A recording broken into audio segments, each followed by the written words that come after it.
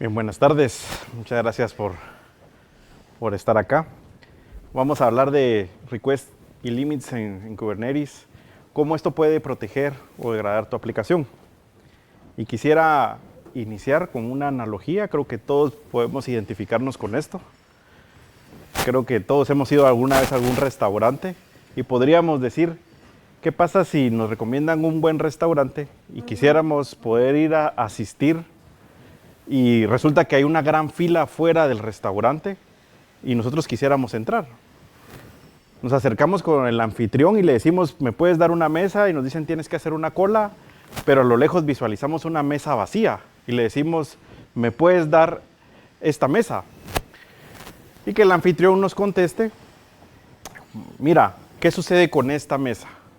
Yo te la puedo dar, pero resulta que la tengo reservada para la 1 de la tarde. Si gustas, tú puedes ocupar esta mesa en lo que la persona que lo tiene reservada la ocupa. Pero si en eso se necesita, pues vamos a vernos en la necesidad de dársela a la persona que la tiene reservada. Y pues felizmente disfrutamos de un plato y decimos, está bien, bajo estas condiciones acepto, y decidimos tomar esa mesa. Pero ¿qué pasa cuando viene la persona que la tiene reservada y nosotros aún estamos en esta mesa? Entonces nos hacen una nota de desalojo y nos dicen, señores, necesitamos que usted desaloje esta mesa porque la persona que tiene la reserva pues ya llegó. Nos tenemos que ir y no queda más que ver dónde quedó nuestro alimento. Por acá vemos a una persona, una pareja que está feliz, seguramente ellos sí tienen reservada esta mesa, pero también nos damos cuenta que tienen una mesa, una silla todavía disponible. Alguien de los que están haciendo cola afuera les pregunta si les pueden dar un espacio en esa mesa porque necesitan poder comer y ven que todavía hay un espacio más. Y ellos están felices porque resulta que es un personaje que algunos tal vez conocen, quienes llegó a hablar, y decidieron que le podían dar ese espacio.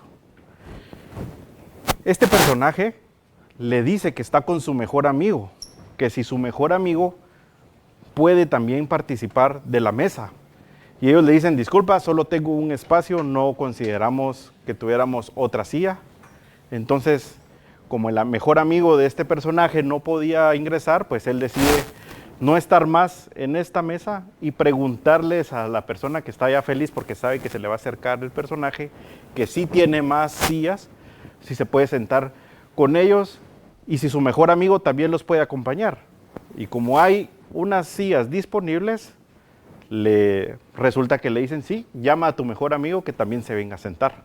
Entonces su mejor amigo llega, se sientan con ellos y disfrutan de la comida. Ahora, ¿qué sucedería si esta mesa que está acá, que tal vez está disponible, probablemente alguien la tenía reservada, se la estaban pensando dar a alguien, tal vez ya no había una fila afuera esperando, y dicen, este señor personaje creo que lo conozco, y lo vamos a catalogar como una prioridad alta en este restaurante? Pues resulta que se la van a dar, porque tiene una prioridad sobre cualquier otro comensal que tal vez esté haciendo afuera. Yo te pregunto si estos escenarios te suenan en algún momento, y si yo te digo que no es más que nuestro Kubernetes restaurant, que el restaurante es nuestro clúster y que la persona encargada de acomodar a las diferentes comensales es el señor scheduler. Porque así como el restaurante, tu clúster se comporta. Así como esa mesa que la tomamos en algún momento, tuvimos un desalojo, quisimos hacer que se sentara alguien más, no cabe, le buscamos un espacio. Es lo que el clúster y el scheduler tienen que velar por tus cargas de trabajo. Por acá está un QR para que podamos conversar. Si alguien tiene alguna pregunta, me pueden contactar. Voy a estar encantado de conversar con ustedes. Mi nombre es Adalberto García, trabajo para Byte. Somos una empresa que nos dedicamos a hacer software. Y bueno, entremos de materia acá. Digamos, presentes lo del restaurante. pero yo mencioné al scheduler. Quiero comentarte, el scheduler es el encargado de poder agendar tus cargas de trabajo en el mejor nodo que tenga disponible. Cuando tú le dices kubectl apply y quieres lanzar esas cargas, el scheduler es el responsable de decidir en qué nodo se va a ejecutar bajo ciertos criterios. Hoy vamos a hablar de uno de los criterios que es la memoria y el CPU que tus cargas de trabajo necesitan. Nos vamos a enfocar en qué tamaño de requerimiento tienen en CPU y memoria. Si nosotros le decimos al scheduler de qué tamaño es nuestra aplicación, el scheduler va a poder decidir y va a poder tomar una buena decisión de decir, ese tamaño de cargas de trabajo solo pueden caber en este nodo. Lo va a asignar en ese nodo que cumple con esas características y tus cargas se van a agendar ahí. Pero ¿qué pasa si no le damos esa información al clúster? Él va a tratar de tomar la mejor decisión que pueda con lo que sea que le hayamos dicho de esa carga de trabajo. Él no puede saber qué tan importante es esa carga de trabajo para tu aplicación. Él no puede saber qué tanto va a crecer esa aplicación, qué tanto va a demandar, qué tanto uso tiene. Lo único que puede es tratar de decidir cuál va a ser el mejor nodo que le corresponda. Y probablemente diga, tal vez aquí sea un buen nodo para esas cargas de trabajo. Ahora, nos vamos a centrar en los requerimientos de memoria de CPU. Y te cuento, el manifiesto del deployment tiene estas 7 líneas que hacen todo lo que en el restaurante puede ser que tus cargas no sean desalojadas, que tus cargas estén bien agendadas o sea un total desastre. Es una sección del deployment que no sé si lo han logrado ver, tal vez lo ven de manera informativa o no puede no existir porque es de manera opcional. Los requests es cuánto mi aplicación requiere de CPU y memoria para correr, es decir, cuánto es lo mínimo que necesito que me asignen para este proceso.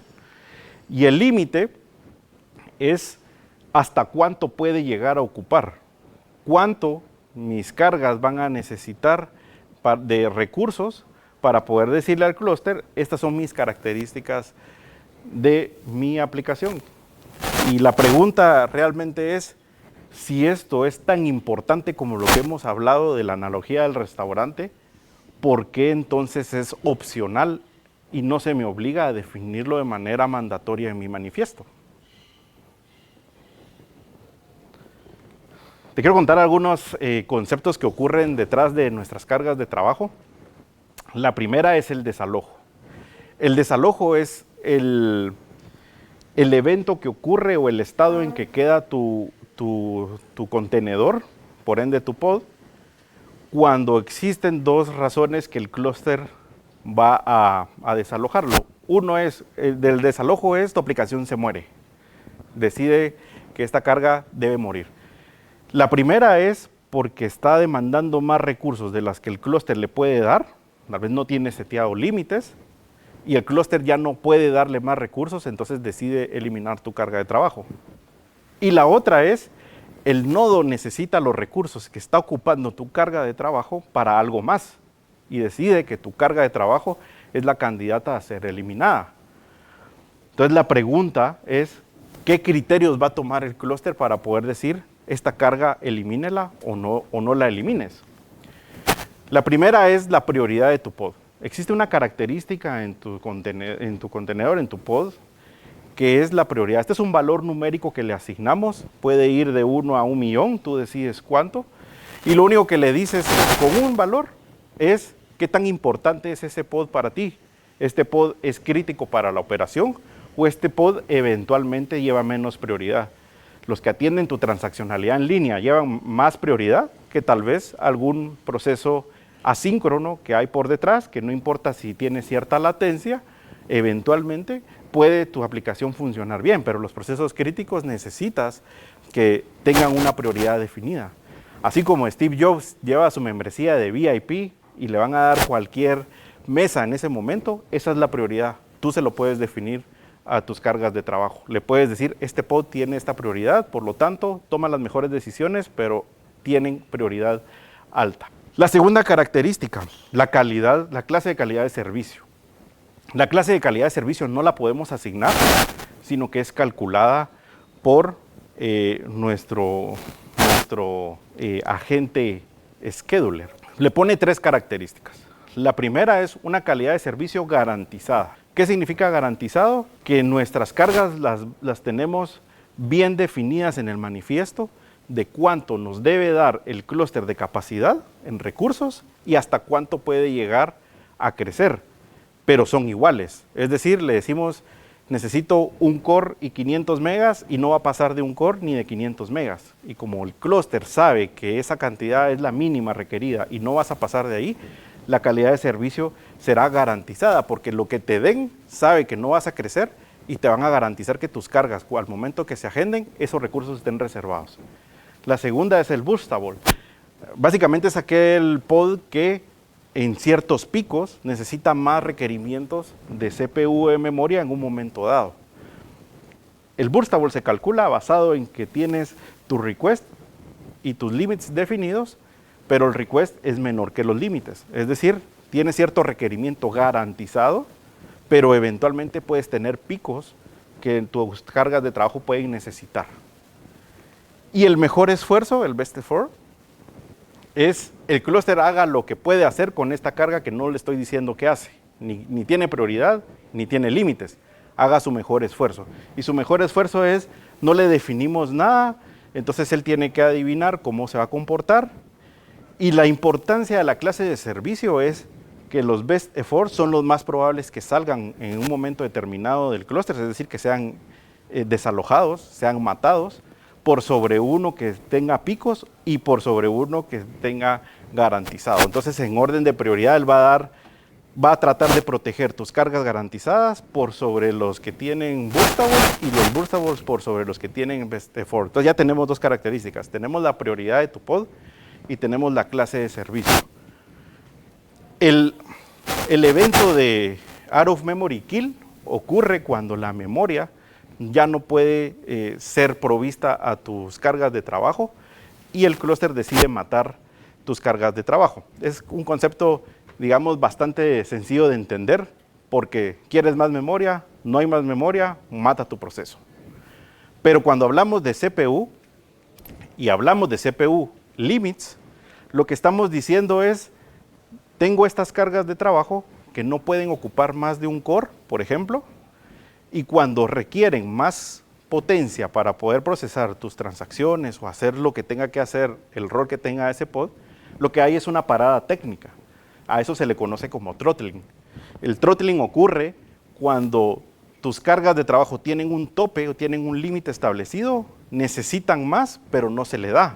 Significa que tienen que esperar el siguiente ciclo de procesador para poder continuar haciendo lo que tienen. Y ahí es donde empieza a ocurrir lo que aparentemente pareciera una degradación de tu proceso. A veces contesta lento, a veces está bien, y probablemente lo que está ocurriendo es que tiene que esperar que se le vuelva a asignar un tiempo de procesador para poder seguir, valga la redundancia, procesando lo que está haciendo. Eso se le conoce como el throttling. Entonces, el exceso de memoria que queremos requerir mata tu pod, pero el exceso de CPU que necesitamos utilizar lo mantiene, pero tienes paradas técnicas en el procesador, lo que se traduce a una degradación de tu servicio. En otras palabras, tienes un nodo que puede tener 64 CPUs, tienes una aplicación, por ejemplo, en Java, que es multithreading, que quiere hacer uso de eso, pero con limits le dices, no lo puedes usar, solo te autorizo medio core. Y es importante entenderlo, porque si tenemos capacidad, ¿por qué no se la damos? Si para eso está el nodo. Viéndolo en un gráfico, el request es lo mínimo que necesitamos garantizarle de recursos a nuestras cargas. Eso ocurre en el momento de la creación del pod, cuánto va a ocupar. En el momento de la operación es hasta cuánto va a llegar a ocupar. Y en el caso del CPU, en caso requiera más, tiene un límite establecido, va a ocurrir el throttling. Y el throttling se ve como este gráfico. Se va necesitando, pero ya no se le deja y tiene que seguir en línea plana. Entonces, deberíamos de establecer límites bajo lo que estamos hablando ahora. Deberíamos de establecer límites o deberíamos dejar que todos los contenedores tomen lo que necesiten. Yo te voy a dar 10 consejos para poder ponerlos en práctica y no sufrir con degradación, tanto de tu aplicación o degradación de tu clúster, si en dado caso una carga necesita tomar más y te está degradando tu clúster, para no sufrir con este tema. Primero, siempre define request. Request es la parte que vamos a garantizarle a nuestra aplicación. Eso va a garantizar que tus pods se planifiquen bien y se le busque el nodo más adecuado que cumpla con ese requerimiento. Entonces siempre define request en tu deployment. Segundo, usa pod priority. Es una propiedad sencilla, pero generalmente no está presente. La prioridad va a proteger tus cargas críticas. ¿Qué consideras como crítico? ¿Qué aplicación que no se puede caer? La que no le voy a permitir al clúster que mate si algo ocurre, la voy a proteger. Le agregas esta característica y tienes un nivel más de protección. 3. Evita ponerle límites, salvo que tengas razones técnicas claras para usarlos. Entonces podrían preguntarme, si estás hablando de límites, ¿cómo degrada mi aplicación? Entonces, ¿por qué lo debería de usar? Y te puedo poner un ejemplo. Una aplicación que tú no haces, no sabes cómo está construida. La usas como en terceros. Por ejemplo, quieres mandar notificaciones por correo y utilizas un microservicio que alguien más diseñó que ya te facilita la forma de enviar correos y está perfecto, pero no sabes cómo está desarrollada, no sabes cómo se comporta bajo carga, no sabes cuando le empiezas a demandar más del servicio de correo cómo se va a comportar con tus cargas. Ese, por ejemplo, puede ser un candidato a tener una prioridad media y podría tener una limitante de recursos porque no quieres, es importante para tu funcionamiento, mas no es crítico. Entonces lo puedes limitar para que no te produzca una falla en tu clúster. Entonces es importante, no estoy diciendo que no lo utilicemos, mas sí solo si tenemos alguna limitación técnica. Otro ejemplo podría ser un uso de licencia. Supongamos que te cobren por uso de procesador, podrías limitarlo para decir, bueno, nunca pase de aquí porque así no me cargan un siguiente core a mi factura. Podría ser otro ejemplo. O sea, sí tiene usos. Número 4, te presento un objeto que se llama limit range. El limit range es cómo esto se define a nivel de namespace y le decimos cómo queremos que se comporten los límites y request de mis cargas que voy a agendar en este namespace. Básicamente le estoy diciendo que puedo definir límites, es decir, ninguna carga de trabajo me puede pedir menos de medio core y ninguna carga de trabajo me puede pedir más de un core. Esa es una regla que se puede definir aquí. Entonces cualquier deployment, cualquier pod que se quiera lanzar en ese namespace va a pasar por esta regla. Pero también podemos utilizar limit range para definir valores defaults. Para decirle, si no trae definición de request ni limits, póngale estas por defecto. Quiere decir que si a alguien no le importó ponerle request y limits y le vamos a dejar al clúster que haga su mejor esfuerzo, pongámosle un valor defecto. Esa es una forma de manejarlo también. Número 5, el objeto resource quota. En el caso del limit range, haciendo la analogía de nuestro restaurante, es que les vamos a decir, todos los comensales que lleguen por lo menos tienen que pedir un plato y que no pidan más de 3. Si la empresa está pagando el almuerzo, por ejemplo, no pidan más de 3 platos, pero por lo menos pidan uno. Este tipo de objeto. Y el resource quota también es por namespace, pero es en conjunto. Le vamos a dar reglas de la sumatoria de todas las cargas que están en este namespace, cuánto deberían de consumir, ya sea de limits. Hay otras características, por ejemplo, cuántas cargas de trabajo se pueden agendar por namespace, también es una característica de este objeto. Sin embargo, de la charla de ahora, acá le decimos cuánto máximo en conjunto, no importa quién se lo va a consumir, estos son lo máximo que puede llegar a consumir. En el ejemplo del restaurante, si la empresa nos está pagando y vamos días a comer, probablemente alguien pida una ensalada y algunos otros podamos un plato con doble carne. Y va a ser válido porque estamos en el presupuesto. Nos van a dar $100 para comer entre todos, se lo gaste uno más que el otro.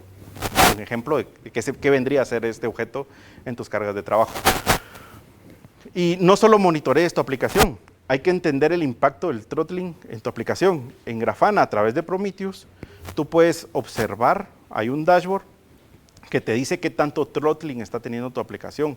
Préstale atención, porque si tú utilizas un chart de Helm de Grafana, es probable que esos dashboards ya estén por defecto establecidos. Tú con solo entrar, si estás administrando un clúster, con solo entrar a ver qué está haciendo throttling, ya puedes decir, aquel pod necesita más recursos y yo lo estoy limitando. O sea, ya puedes hacer una acción rápida si ya tienes montado Grafana con Prometheus. Y usa limits al inicio, no digo que no, hasta que sepas cuándo no usarlo, para que puedas pasar de un valor fijo a un escalado inteligente.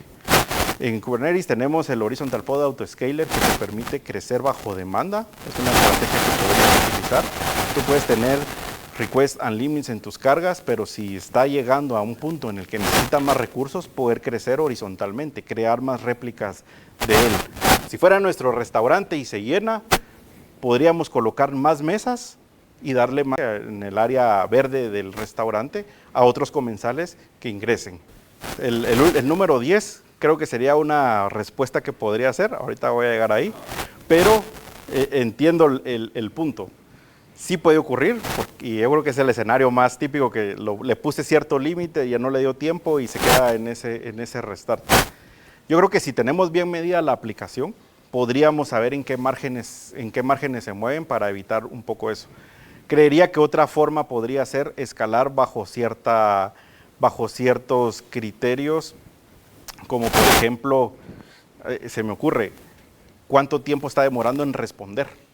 No te basas tanto en el HPA, en decirle si tenés el 85% ocupado, entonces escala.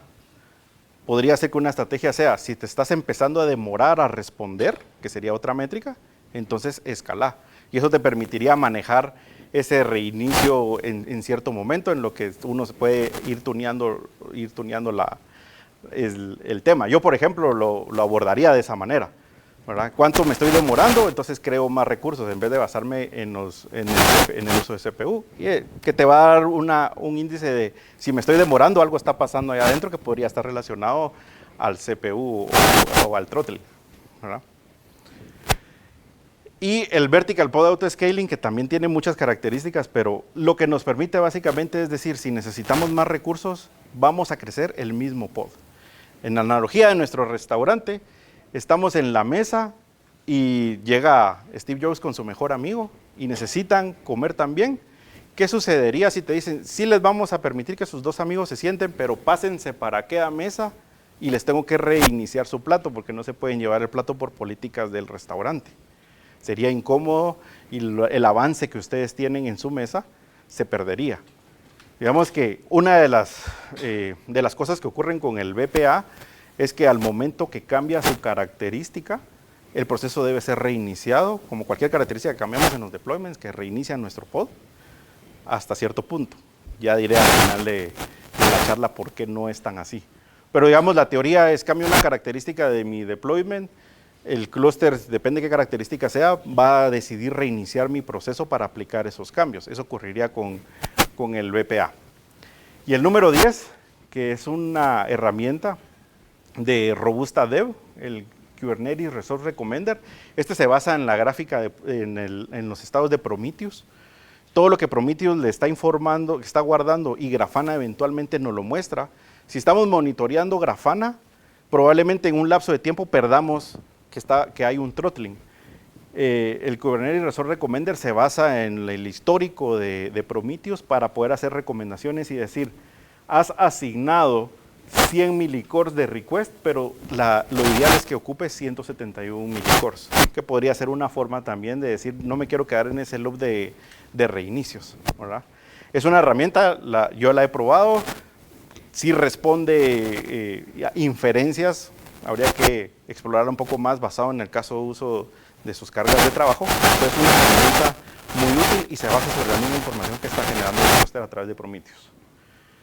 Y bien, una cosa más, diría nuestro amigo famoso del restaurante, que según CodeCloud y la inteligencia artificial, soy yo en versión Steve Jobs, pero yo creo que me quitó como 20 o 25 libras fácil. A partir de la versión 1.33 se graduó a beta en VPA el In-Place Pod Resize. Entonces esa es una de las buenas noticias que hay. Hasta antes de eso, si están usando una versión antes de 1.33, si ustedes cambian la característica de yo utilizo un core, quiero que sea 2 o le incremento la memoria, su pod va a ser reiniciado.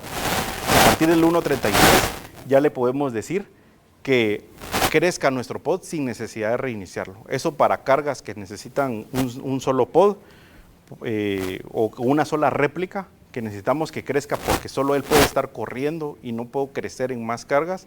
Esa es una característica que viene a apoyar todo esto.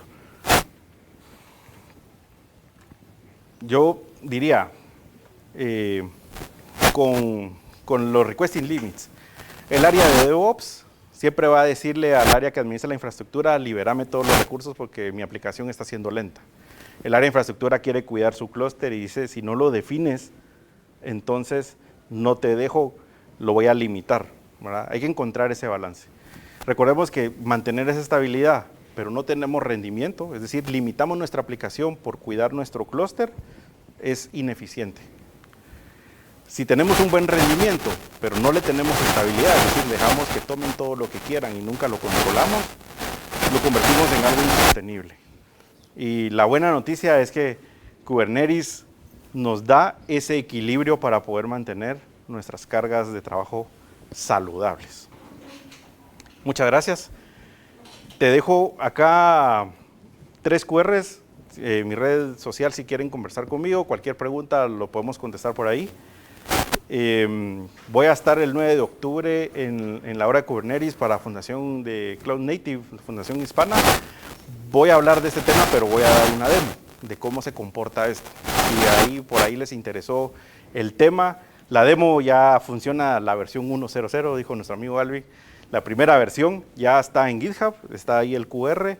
Básicamente aquí está documentado cómo se corre, qué requisitos se necesitan. Tengo algunos scripts que ayudan a iniciar el clúster con Kine, que me parece bueno. A la hora de levantarlo también se crea el monitoreo de Grafana con Prometheus.